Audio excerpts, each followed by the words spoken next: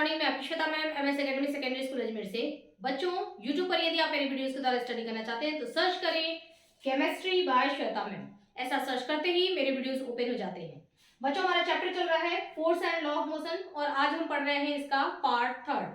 आज हम पढ़ेंगे Newton's law of motion. Newton's के लॉ ऑफ मोशन के लिए न्यूटन्स ने कुल कितने लॉ दिए थे? 3 लॉज दिए थे। फर्स्ट है हमारा Newton's first law of motion, पहला law, second law, first law, second law और थर्ड लॉ।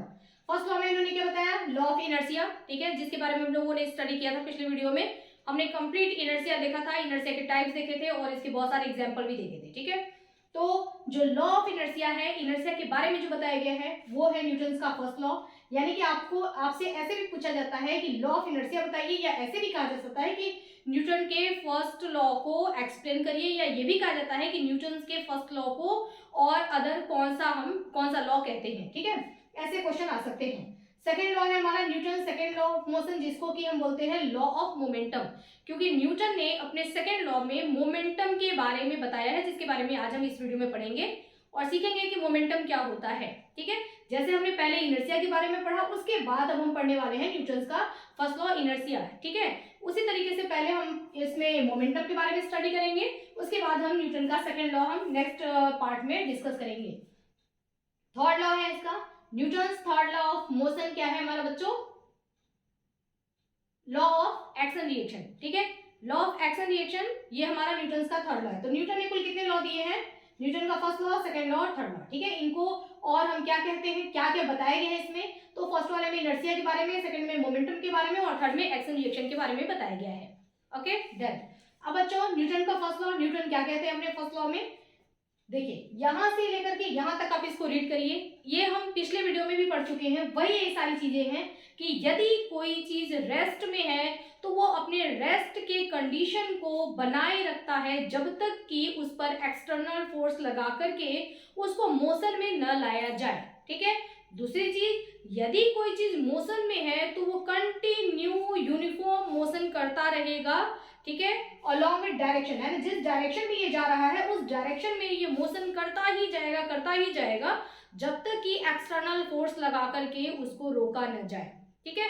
यही हमारा है इनर्शिया। हम इसको बोलते हैं कि हर एक ऑब्जेक्ट जो होता है, चाहे वो लिविंग हो या फिर वो नॉन लिविंग हो, हर एक ऑब्जेक्ट के अंदर ये कैपेसिटी होती है इनर्शिया की, ठीक है। एक ऑब्जेक्ट के अंदर कैपेसिटी होती है इनर्शिया की, यानी कि वो जिस स्टेट में रहता है, यदि वो रेस्ट में है तो अपने रेस्ट स्टेट को बनाए रखने की पूरी कोशिश करता है, और जब उसको मोशन में लाया जाता है तो वो अपने जो चेंज कर रहे हैं उसका अपोज करता है, यानी कि मोशन में लाने पर वो अपोज करेगा। और यदि कोई ऑब्जेक्ट मोशन में है तो वो अपने मोशन कंडीशन को बनाए रखता है, जब उसको रेस्ट में लाया जाएगा तो वो उसका अपोज करेगा, ठीक है। ये इनर्शिया है और इसी के बारे में बताया गया है न्यूटन के फर्स्ट लॉ में।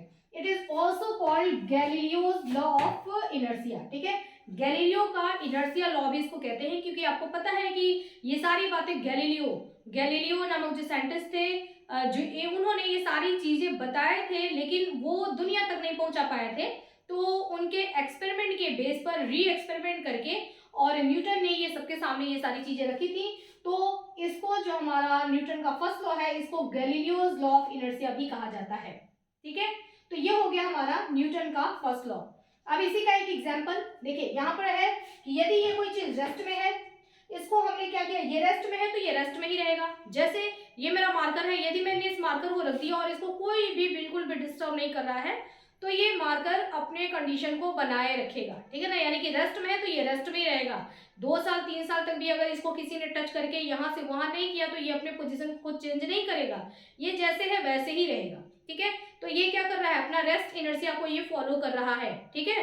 अब अगर कोई चीज रेस्ट में है, हमने यहाँ से क्या किया, एक्सटर्नल फोर्स लगाया इसके ऊपर, यानी कि बाहर से कोई एक्सटर्नल एफर्ट लगाया गया और इस ऑब्जेक्ट को हमने क्या किया, मोशन में हमने लाया, ठीक है।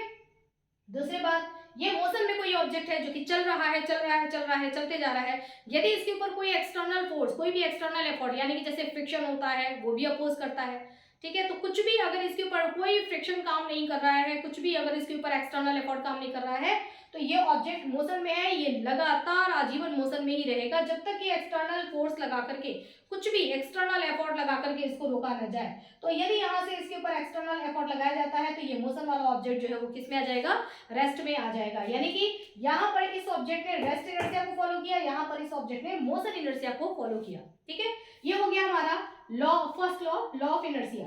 ठीक है, अब देखिए इसी का यहाँ पर एक एग्जांपल आपको दिखाया गया। वैसे मैंने बहुत सारे एग्जांपल दिए हैं पार्ट सेकंड में जब हमने ये इनर्शिया के बारे में स्टडी किया है। यहाँ एक ग्लास है, ऐसा मैजिक आपने देखा ही होगा, है ना। ये ग्लास है, इस ग्लास के ऊपर क्या है, यहाँ पर एक कार्ड रखा गया है, इस ग्लास में पानी भर कर रखा गया है और इस कार्ड के ऊपर यहाँ पर एक कॉइन रखा गया है। ठीक है, अब हम क्या करते हैं, हम यहाँ से कार्ड को, जब हम कार्ड के ऊपर ऐसे फोर्स लगाते हैं, ठीक है, तो कार्ड यहाँ से मूव कर जाता है इधर की तरफ, है ना। ये सेकेंड स्टेज है, कार्ड यहाँ से मूव कर जाता है और कॉइन जो है वो ग्लास के अंदर चला जाता है। तो ऐसा कहते हैं कि भाई ये हमको इसकी, वो छोटे बच्चों को हम दिखाते हैं और कहते हैं कि ये मैजिक हो गया, है ना। मैजिक बच्चों को तो लगेगा ही कि कार्ड को यहाँ से जो फोर्स लगाया जा रहा है तो कार्ड और ये कॉइन दोनों जाने चाहिए आगे की तरफ। ठीक है, लेकिन ये कॉइन अंदर चला जाता है और कार्ड जो है वो बाहर आगे की तरफ खिसक जाता है। ठीक है, ऐसा क्यों हुआ, यहाँ पर भी आप देखेंगे तो अपना फिजिक्स का, हमारे न्यूटन का फर्स्ट लॉ यहाँ पर फॉलो हो रहा है ना। तो बहुत सारी चीजें हमारी लाइफ में, बहुत सारी चीजें इर्द गिर्द हर जगह हमारा फिजिक्स फॉलो होता रहता है। एक बार दिमाग लगाना शुरू करो कि कहाँ कहाँ फिजिक्स फॉलो हो रहा है। ठीक है, हम लोग पूरे साइंस में ही रहते हैं, कहीं फिजिक्स फॉलो हो रहा है, कहीं हमारा केमिस्ट्री चल रहा है, कहीं बायोलॉजी चल रहा है। ठीक है, पूरा शरीर हमारा बायोलॉजी है ना, अंदर केमिकल रिएक्शन होते हैं, केमिस्ट्री चल रहा है। इर्द गिर्द नेचर में जो हो रहा है, जो चीजें हम जैसे जी रहे हैं, वो सारी चीजें क्या है, ये मैजिक भी क्या है, फिजिक्स है। अब यहाँ पर क्या है, देखिए ये कॉइन है ना, ये कॉइन किस कंडीशन में है, कॉइन यहाँ पर रेस्ट कंडीशन में, कार्ड भी किस कंडीशन में है, रेस्ट कंडीशन में है। यानी कि इन ये दोनों कौन से इनर्शिया को फॉलो कर रहे हैं, ये रेस्ट इनर्शिया को फॉलो कर रहे हैं, रेस्ट इनर्शिया। ठीक है, अब आपने क्या किया, कार्ड को आपने प्रेस किया, ठीक है ना, कार्ड को हमने यूं मारा, तो कार्ड पर जब हमने फोर्स लगाया तो कार्ड किस में आ गया, कार्ड पर फोर्स लगाया, रेस्ट कंडीशन में था, हमने फोर्स लगाया तो कार्ड किस में आ गया, मोशन में आ गया। कार्ड तो मोशन में आ गया, लेकिन जो कॉइन है वो अभी भी अपने रेस्ट कंडीशन को बनाए रखने की कोशिश कर रहा है। ठीक है, तो कॉइन कहेगा कि नहीं मैं रेस्ट में, मैं इसी में रहूंगा, है ना। तो ये क्या कर रहा है, कार्ड को तो हमने एकदम डायरेक्टली ऐसे फोर्स लगा रहे हैं तो ये तो आ जाएगा मोशन में, लेकिन हमारा कॉइन जो है वो रेस्ट को फॉलो कर रहा है तो ये वही रहेगा और ये कार्ड हट जाएगा और ये जो है कॉइन नीचे चला जाता है। ठीक है, तो ये एक एग्जांपल और आपने देखा किसका, हमारा लॉ ऑफ इनर्शिया का। ठीक है, अब हम आते हैं सेकेंड लॉ की तरफ, Newton second law of motion. इसमें बच्चों किसके बारे में बताया गया है, इसमें बताया गया है लॉ ऑफ मोमेंटम। ठीक है ना, मोमेंटम के बारे में बताया गया है। देखिए अब मोमेंटम क्या होता है, the momentum of a body is defined as the product of its mass and velocity. कोई भी ऑब्जेक्ट है, ठीक है, उस ऑब्जेक्ट का अपना एक मोमेंटम होता है। जैसे ये मार्कर है, इस मार्कर के अंदर एक अपना, इसका खुद का एक मोमेंटम है। ओके, मैं हूं, मेरा अपना खुद का एक मोमेंटम है। तो हर ऑब्जेक्ट जो होता है उसके अंदर अपना एक खुद का मोमेंटम होता है। जैसे आपने इनर्शिया की कैरेक्टर देखा है, उसी तरीके से मोमेंटम का भी कैरेक्टर होता है। मोमेंटम क्या होता है, देखिए ये जो मार्कर है इसका कुछ तो मास होगा ना, मास का मतलब आप वेट कह सकते हैं, ठीक है, लेकिन वेट और मास में डिफरेंस होता है ना, स्लाइटली डिफरेंस होता है, हालांकि आप वही बोल सकते हैं ना। अब ये जितने मटेरियल्स, जितने एटम मॉलिक्यूल से ये बना हुआ है, उन सब को तौल दिया जाए तो ये टोटल इसका क्या निकल जाएगा, मास निकल जाएगा। अब ये हमारा मार्कर है, ये कुछ मास रखता है, ठीक है, और अगर इस मार्कर को मैं ऐसे फेंकती हूँ तो मास के साथ साथ इसमें क्या आ गया, वेलोसिटी भी आ गया। वेलोसिटी यानी कि स्पीड आ गई। ठीक है, तो मास और वेलोसिटी यानी कि स्पीड, अगर दोनों चीजें इसके अंदर फॉलो हो रही हैं तो मतलब इसमें मोमेंटम है। ठीक है, एक मूविंग ऑब्जेक्ट जो होता है, चलता हुआ कोई ऑब्जेक्ट है, उसके अंदर मोमेंटम जरूर रहता है ना। क्यों, क्योंकि मोमेंटम का हमारा डेफिनेशन यही है। क्या डेफिनेशन है, product of its mass and velocity, यानी कि momentum is equal to mass into velocity. Mass, इसका मास क्या है और इसकी स्पीड क्या है, किस स्पीड से ये जा रहा है। ठीक है, मास और स्पीड यानी कि वेलोसिटी, इन दोनों का अगर हम क्या कर देते हैं, मल्टीप्लाई कर देते हैं तो क्या निकलता है, मोमेंटम। ठीक है ना, और अब आप स्पीड और वेलोसिटी में तो आप डिफरेंस जानते ही है ना, उसमें दोनों में क्या डिफरेंस होता है, एक वेक्टर क्वांटिटी और दूसरा स्केलर क्वांटिटी है। ओके, तो देखिए मास और वेलोसिटी दोनों का हमने मल्टीप्लाई कर दिया तो क्या निकल गया, मोमेंटम निकल गया। यानी कि हर एक ऑब्जेक्ट जो कि मूविंग ऑब्जेक्ट है, जो कि मूव कर रहा है, वेलोसिटी जिसमें है, तो मास तो रहेगा ही, है ना, तो दोनों का मल्टीप्लाई कर देंगे तो मोमेंटम फाइंड हो जाएगा। मोमेंटम को किससे रिप्रेजेंट करते हैं बच्चों, पी से। ठीक है, याद रखना P for momentum, M for momentum नहीं है, P फॉर मोमेंटम, ठीक है। तो मोमेंटम को हम P से रिप्रेजेंट करते हैं, P इज इक्वल टू, और मास को हम किससे रिप्रेजेंट करेंगे, M से, स्मॉल m से। वेलोसिटी को हम किससे रिप्रेजेंट करेंगे, स्मॉल v से, ठीक है। तो हमारा फॉर्मूला क्या बन जाता है, m is equal to P is equal to mv, ठीक है। P is equal to mv क्या है, मोमेंटम, है ना, हर ऑब्जेक्ट का मोमेंटम होता है, ओके। यदि ऑब्जेक्ट रेस्ट में है तो क्या इसमें मोमेंटम होगा, नहीं। अगर कोई ऑब्जेक्ट रेस्ट में है तो उसका मोमेंटम तो है, लेकिन मोमेंटम की वैल्यू क्या है, जीरो, है ना। देखिए अगर कोई ऑब्जेक्ट रेस्ट में है तो मास तो उसमें है, ये रेस्ट में है ना, मार्कर रेस्ट में है, मास तो इसमें है, बट इसकी वेलोसिटी चल तो रहा नहीं ये, तो वेलोसिटी v की वैल्यू क्या हो जाएगी बच्चों, जीरो, ठीक है। तो हम इस फॉर्मूले में रखेंगे p is equal to m multiply by zero, तो p इज इक्वल टू क्या आ जाएगा, जीरो, है ना। मतलब इसका मोमेंटम क्या है, इस समय जीरो है। इट मीन्स क्या प्रूफ होता है कि मोमेंटम की यदि हमको कोई वैल्यू चाहिए तो उसके लिए क्या होना चाहिए, मूवमेंट होना चाहिए, है ना। अगर मास की तो वैल्यू रहेगी ही, और यदि वेलोसिटी उसमें है तब दोनों का मल्टीप्लाई कर देंगे तभी निकलेगा हमारा मोमेंटम। यानी कि every moving body possesses momentum, हर जो मूविंग बॉडी है वो मास भी रखती है और मूव कर रही है तो उसमें वेलोसिटी भी होगा। अब दोनों का मल्टीप्लाई करेंगे तो मोमेंटम आएगा, ठीक है ना। अगर रेस्ट में है तो मोमेंटम की वैल्यू क्या आएगी, जीरो। अब देखिए यूनिट की अगर हम बात कर रहे हैं, है ना, ऐसा यूनिट, मोमेंटम के ऐसा यूनिट की बात करें तो p इज इक्वल टू फॉर्मूले में क्या आ रहा है, m इंटू वी, ठीक है। अब आपको मास ने यूनिट निकाला, मैंने आपको बताया था कि फॉर्मूले में ही जितने हैं यूनिट उन सब का आप निकालिए कि इसका यूनिट क्या होता है, तो आपका निकल जाएगा इसमें इसका पूरा मतलब मोमेंटम का यूनिट निकल जाएगा। अब फॉर्मूले में हमारे क्या कौन कौन है, p इज इक्वल टू एक तो m है और एक v है। अब m को हम किस में मेजर करेंगे, kg में, ठीक है। तो m को आप kg में मेजर कर रहे हैं और v का यूनिट आपने पढ़ रखा है, ठीक है। v क्या होता है, वेलोसिटी है, वेलोसिटी का यूनिट क्या होता है, मीटर पर सेकेंड। तो इन दोनों का मल्टीप्लाई कर देंगे तो kg इंटू मीटर पर सेकेंड, ये हो जाएगा हमारे मोमेंटम की यूनिट, ऐसा यूनिट। तो मोमेंटम कैसा यूनिट, kg इंटू मीटर पर सेकेंड। याद करने की जरूरत नहीं है, फॉर्मूला याद है तो आप यूनिट यहां से निकाल सकते हैं। क्वांटिटी की बात करते हैं, क्वांटिटी दो होता है ना, स्केलर क्वांटिटी और वेक्टर क्वांटिटी। अगर हम क्वांटिटी की बात करें तो हमारा मोमेंटम कौन सा क्वांटिटी है, मोमेंटम हमारा वेक्टर क्वांटिटी है। क्यों वेक्टर क्वांटिटी है, क्योंकि इसमें क्या आ गया, मोमेंटम के फॉर्मूले में वेलोसिटी आ रहा है और वेलोसिटी वेक्टर क्वांटिटी है ना।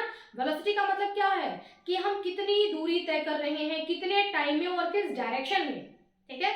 मान लो कि मैं कहूं कि 5 किलोमीटर हम जा रहे हैं और 1 सेकेंड में, है ना, सॉरी 1 सेकेंड में नहीं, मान लो 1 घंटे में, ठीक है। तो हमारी स्पीड क्या हो जाएगी, 5 किलोमीटर पर आवर, है ना।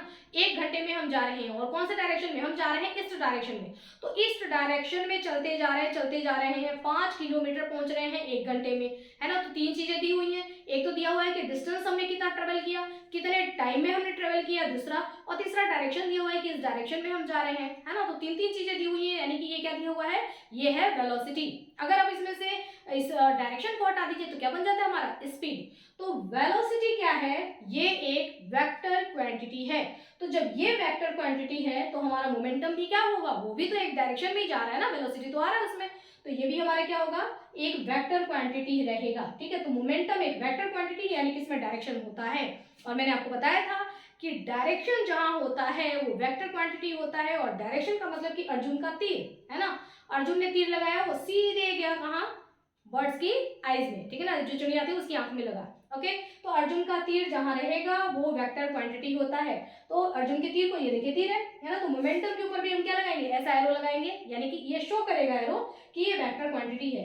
और v भी क्या है हमारा, vector quantity, v vector quantity है इसलिए हमारा p भी क्या है, वेक्टर क्वांटिटी है, ओके। अब हम बात करते हैं डिपेंडेंट फैक्टर। हमारा मोमेंटम जो है वो किन किन चीजों पर डिपेंड करेगा, तो मोमेंटम का फॉर्मूला ही है हमारा मास इनटू वेलोसिटी, यानी कि मोमेंटम जो होगा वो मास और वेलोसिटी दोनों पर डिपेंड करेगा। Momentum p directly proportional to m, है ना। डायरेक्टली प्रोपोर्शनल का मतलब क्या होता है, आप देखिए फॉर्मूले में दोनों सब आमने सामने हैं, ठीक है ना, एकदम आमने सामने। डायरेक्टली प्रोपोर्शनल का मतलब होता है कि p कहता है कि मास, अगर तुम हंसोगे तो मैं भी हंसूंगा, तुम रोओगे तो मैं भी रोऊंगा, ठीक है। तुम्हारी वैल्यू बढ़ेगी तो मेरी भी वैल्यू बढ़ेगी, तुम्हारी वैल्यू अगर कम हो जाएगी तो मेरी भी वैल्यू कम हो जाएगी। इसको बोलते हैं डायरेक्टली प्रोपोर्शनल, यानी कि फ्रेंडशिप होना, है ना, दोस्ती है। तो P डायरेक्टली प्रोपोर्शनल है किसके, M के, है ना, मास के डायरेक्टली प्रोपोर्शनल है। यानी कि यदि मास की वैल्यू बढ़ती है, मास बढ़ता है, तो मोमेंटम भी क्या हो जाएगा, बढ़ेगा, है ना। अब अगर जैसे ये मार्कर है तो मार्कर का मास कुछ होगा। अगर कोई एक मैं भारी चीज ले लेती हूँ, जैसे मैंने ये ले लिया कॉपी, ठीक है। अब इसका मास क्या है, कम, इसका मास क्या है, ज्यादा। तो इसका मास की क्या है, मोमेंटम डायरेक्टली प्रोपोर्शनल है, यानी इसका मोमेंटम भी क्या होगा, कम, इसका मोमेंटम भी क्या होगा, ज्यादा, ठीक है। तो अगर मास की बात करें तो मास पर डिपेंड करता है, दूसरा किस चीज पर डिपेंड करता है, वेलोसिटी पर डिपेंड करता है, ठीक है। वेलोसिटी के साथ भी इसकी फ्रेंडशिप है। कहता है अगर वेलोसिटी ज्यादा रहेगी तो इसकी वैल्यू अगर ज्यादा है तो मेरी भी वैल्यू ज्यादा रहेगी। यानी कि दो चीजें अगर, अब देखिए मैं समझा रही हूँ, है ना, यानी कि momentum directly proportional to velocity, ये हंसेगा तो ये हंसेगा, ये हंसेगा तो ये हंसेगा, ये रोएगा तो ये रोएगा, ये रोएगा तो ये रोएगा, ठीक है ना। यानी कि दो सारी चीजें जो है इक्वल इक्वल इक्वल इक्वल चल रही है। अब अगर दो ऑब्जेक्ट है जिसका कि मास इक्वल है, ठीक है, ध्यान से समझना, दो ऑब्जेक्ट है, दोनों का मास इक्वल है, ओके।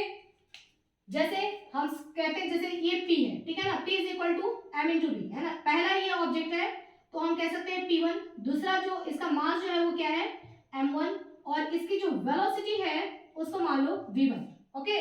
और जो दूसरा हमारा ऑब्जेक्ट है वो हो गया P2, ये हो जाएगा M2 और ये हो जाएगा V2, ठीक है। अब यहाँ पर हम वैल्यू पुट करते हैं, है ना। अब अगर मास यहाँ पर सपोज करो कि मास की वैल्यू यहाँ पर है, यहाँ पर हम मास की वैल्यू रख देते हैं 4 पॉइंट, ठीक है। यहाँ पर भी हमने मास की वैल्यू रख दी 4 पॉइंट, केवल एक नंबर से समझ रहे हैं। और यहाँ पर दोनों का मास क्या है, इक्वल है, मतलब दोनों ऑब्जेक्ट, दो बॉल है, बिल्कुल सेम मास का ऑब्जेक्ट, दोनों बॉल है, ठीक है। एक बॉल को किसी ने फेंका और एक बॉल को किसी ने फेंका, दूसरे ने फेंका, ठीक है। इसने पहले वाले ने जो बॉल को फेंका तो वो काफी उसमें फोर्स ज्यादा था, यानी कि यहाँ पर वेलोसिटी, बॉल की जाने की स्पीड क्या हो गई, यहाँ पर बढ़ गई। यहाँ पर मान लो कि 10 पॉइंट की स्पीड से जा रही है बॉल, और सेकंड वाले में जो बॉल जा रही है वो जा रही है 6 पॉइंट की स्पीड से जा रही है, ठीक है। तो आप देखिए अब यहाँ पर वैल्यू कितनी आ गई, ये आ गया हमारा 40, और ये कितना आ गया, ठीक है। अब देखिए अब यहाँ पर क्या हो रहा है, मोमेंटम हमारा, मोमेंटम, इसका मोमेंटम, मास तो दोनों का सेम था, है ना, ये भी सेम बॉल था, ठीक है, 4 पॉइंट का, ये भी सेम बॉल था 4 पॉइंट का, लेकिन दोनों की वेलोसिटी क्या हो गई, यहाँ पर अलग अलग हो गई। वेलोसिटी, स्पीड अगर अलग अलग हो गई तो दोनों को मल्टीप्लाई करेंगे तो यहाँ पर हमारा मोमेंटम भी क्या हो जाएगा, अलग अलग हो जाएगा। यानी कि इसका मोमेंटम, इस पर मोमेंटम जो है इसका, मैंने बताया था कि मोमेंटम डिपेंड करता है वेलोसिटी पर भी, ठीक है, मास पर तो डिपेंड कर ही रहा है, वेलोसिटी पर भी डिपेंड कर रहा है। तो यहाँ पर मोमेंटम कहता है कि मास तुम तो इतने हो, ठीक है, और लेकिन ये वेलोसिटी क्या हो गया, ज्यादा हो गया, तो ये ज्यादा होगा तो ये भी ज्यादा होगा, डायरेक्टली प्रोपोर्शनल है। यहाँ पर ठीक है तुम तो उतने ही हो, लेकिन ये कम हो गया, है ना, ये कम हो गया तो ये भी वैल्यू क्या हो जाएगी, कम हो जाएगी। तो मोमेंटम की वैल्यू डिपेंड करती है मास और वेलोसिटी दोनों पर, ठीक है। दो सेम ऑब्जेक्ट है सेम मास के, लेकिन वेलोसिटी अगर डिफरेंस आएगा तो मोमेंटम भी, जिसकी वेलोसिटी ज्यादा है मोमेंटम भी उसका ज्यादा होगा। और यदि मान लो कि मास में डिफरेंस हो, है ना, मास, ए का मास ज्यादा हो, ए का मास कम हो, लेकिन वेलोसिटी दोनों की इक्वल हो, ठीक है, यहाँ पर वेलोसिटी अगर इक्वल कर दे और मास को डिफरेंट कर दे तो भी मोमेंटम क्या होगा, हमारा अलग अलग आएगा, मल्टीप्लाई करेंगे आंसर अलग आएगा, मतलब मोमेंटम उसका अलग आ रहा है। तो मोमेंटम जो होता है वो किस पर डिपेंड करता है, मास पर भी डिपेंड करता है और वेलोसिटी पर भी डिपेंड करता है। तो बच्चों आज हमने यहाँ पर सीखा, मोमेंटम के बारे में सीखा, और हमने ये फर्स्ट लॉ देखा जो कि हम पहले भी देख चुके थे, ठीक है। नेक्स्ट हम क्या आएंगे, अब हमने मोमेंटम के बारे में समझ लिए हम कि मोमेंटम, कुल मिलाकर के मोमेंटम क्या होता है, कोई भी यदि मूविंग ऑब्जेक्ट है तो उसका एक मोमेंटम जरूर होगा, ये उसका अपना एक कैरेक्टर है कि उसका एक मोमेंटम जरूर होगा, ठीक है, उसके मास में, और वो किस स्पीड से जा रहा है, अगर उसकी दोनों वैल्यू को मल्टीप्लाई कर देते हैं तो उसका क्या निकल जाता है, मोमेंटम निकल जाता है, ठीक है। तो मोमेंटम इस तरीके से हम फाइंड कर सकते हैं, और मोमेंटम के बारे में हमने सीख लिया। तो हम सेकेंड लॉ में हम यही चीज पढ़ने वाले हैं, न्यूटन का सेकेंड लॉ, है ना, मोमेंटम को लेकर के इन्होंने अपना क्या नियम दिया है उसके बारे में पढ़ेंगे, और बहुत ही शानदार शानदार कुछ हम एग्जाम्पल देखेंगे, वो भी आपको बहुत मजा आएगा। जैसे ये हमारा एक मैजिक है ना, इनका सेकेंड लॉ कहाँ कहाँ फॉलो हो रहा है, हम अपने डेली लाइफ में उसको कहाँ कहाँ देखते हैं, बहुत इंटरेस्टिंग है, मजा आएगा, ठीक है। तो वो चीज हम देखेंगे नेक्स्ट पार्ट में। तो अभी के लिए इतना ही बच्चों, यदि आपको मेरा पढ़ाया हुआ ये सारा पॉइंट समझ में आता है तो वीडियो को लाइक कर देना। अगर आपको कुछ पूछना हो तो आप कमेंट बॉक्स में लिख करके पूछ सकते हैं, और यदि आपको अच्छा लगा हो तो कमेंट करके अच्छे अच्छे कमेंट भी दे सकते हैं। किसी को अगर ज़रूरत हो तो वीडियो को ये शेयर करिए, ठीक है। जिनको स्टडी करना है वीडियो को शेयर करिए।